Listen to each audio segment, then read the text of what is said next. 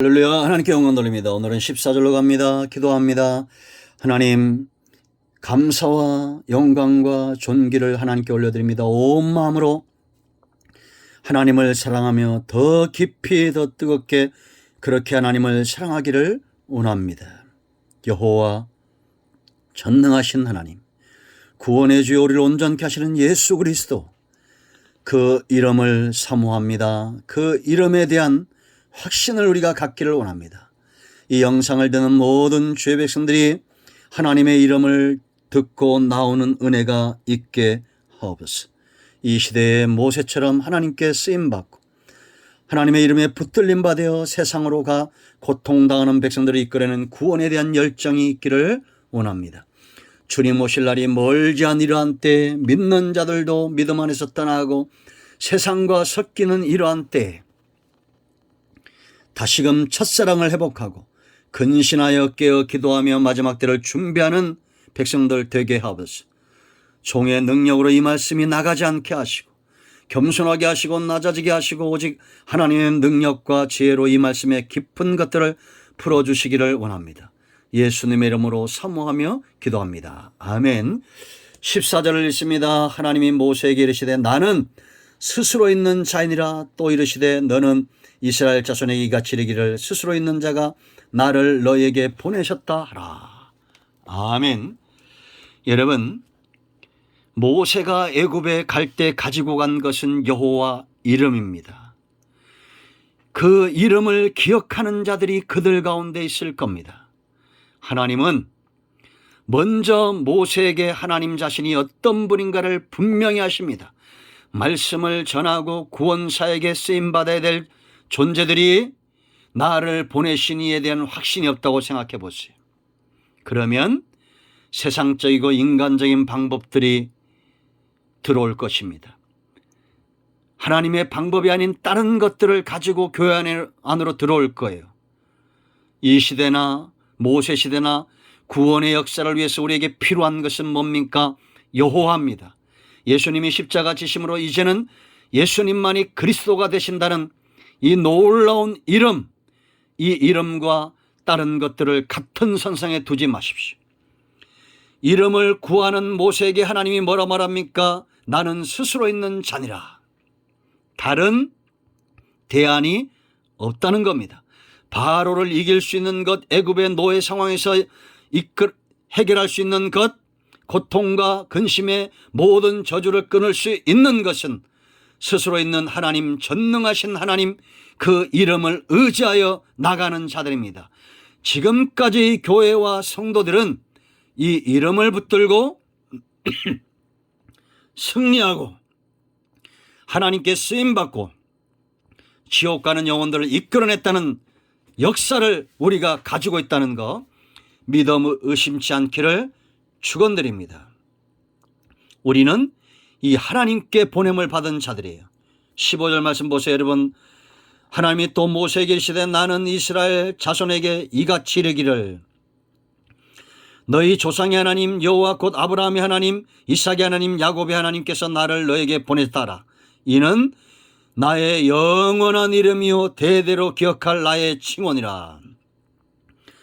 모세 때뿐만 아니라 지금도 영원토록 앞으로도 하나님은 이 이름 가운데 역사하신다라는 겁니다. 그러니 여러분, 신은 오직 하나님 외에는 없다는 거예요.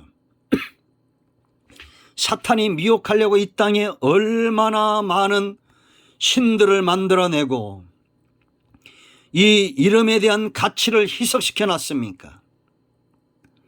기독교가 박해를 받는 이유가 여기 있어요. 우리는 구원에 대해서 내가 섬겨야 되고 내가 전해야 될 하나님의 이름 이 자리에 다른 이름을 둘 수가 없습니다. 다른 방법을 둘 수가 없어요. 타협할 수 없습니다. 구원의 이름은 오직 예수 그리스도입니다. 이 땅의 창조주와 모든 피조물들을 섭리하시고 이 구원의 역사를 완성하실 분은 오직 영원한 이름 여호와 스스로 계신 하나님입니다. 자, 16절 말씀 보세요. 너는 가서 이스라엘의 장로들을 모으고 그들에게 이르기를 여호와 너희 조상의 하나님 곧 아브라함과 이삭과 야곱의 하나님이 내게 나타나 이르시되 내가 너희를 돌보아 너희가 애굽에 당한 일을 확실히 보았노라. 모세는 먼저 애굽에 가서 그 가운데 장로들을 모으라고 말합니다. 그들에게 말하라고 말합니다. 430년이 흘렀지만 여전히 하나님이 세우신 직분과 존귀하게 쓰임받는 자들이 그곳에 있었다라는 겁니다. 여러분, 직분은 이런 거예요. 우리가 이처럼 소중히 여겨야 됩니다.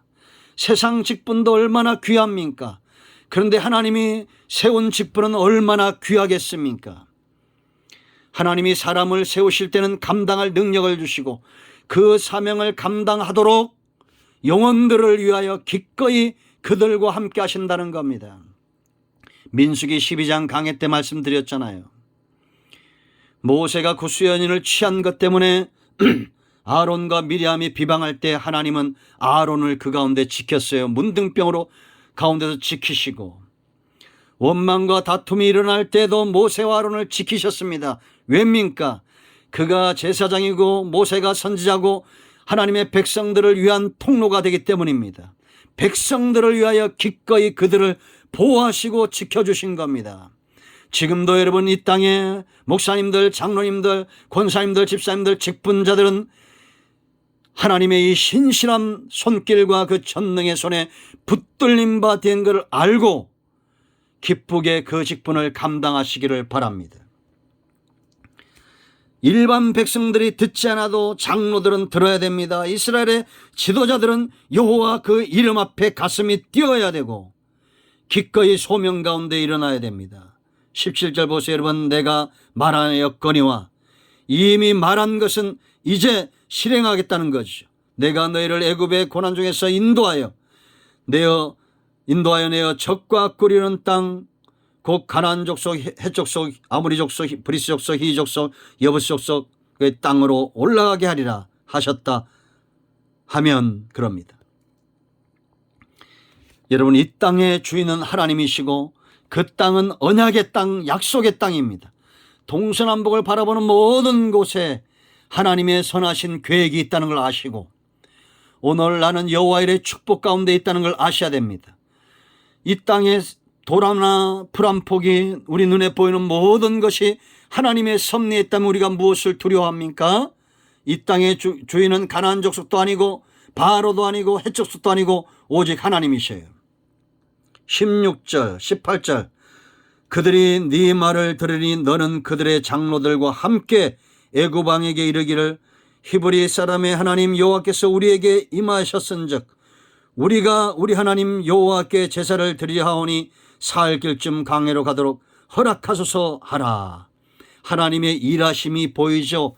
하나님은 모세를 감동하시고 모세는 이스라엘 지도자를 감동하시고 그들과 연합하여 바로 앞에 서게 하시는 겁니다. 그러니 사탄은 분열을 조장하겠죠. 성령은 하나 되게 하겠죠.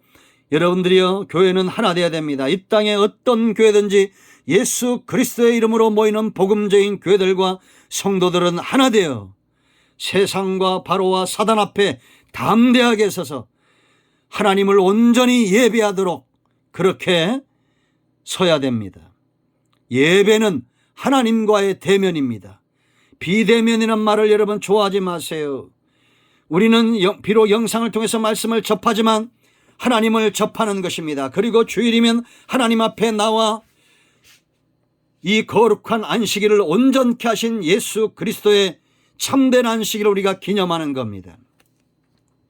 때로 우리가 연약하여 넘어지고 때로 우리가 연약하여 하나님의 선한 뜻을 분변치 못한다고 하여 하나님이 저와 여러분을 버리신다거나 하나님이 이 땅을 포기하신다거나 그러지 않습니다. 절대 하나님은 지지 않습니다. 이제는 십자가의 긍휼과 복음적인 방법이 우리 가운데 새로운 무기로 주어졌다는 걸 아시고 하나님을 예배하는 증거를 갖는 저와 여러분 되기를 축복합니다. 할렐루야. 오늘은 여기까지 합니다. 기도합니다. 하나님, 이 말씀대로 되게 하여 주시옵소서. 존귀하신 예수 그리스도의 이름을 의지하여 기도합니다. 하나님을 예배하지 못하게 하고 하나님 온전히 섬기지 못하게 하는 이 세상 모든 권력에서 주의 백성들을 이끌어내시고 온전히 하나님을 예배하는 하나님의 살아계심의 증거를 갖는 성도들 되게 하옵소서. 예수님의 이름으로 사모하며 축복하며 기도합니다. 아멘. 예수 그리스도의 이름을 의지하는 여러분 모두를 축복합니다. 모든 문제는 예수 그리스도의 이름을 통하여 회복되어졌으며 응답되어졌습니다. 아멘. 할렐루야.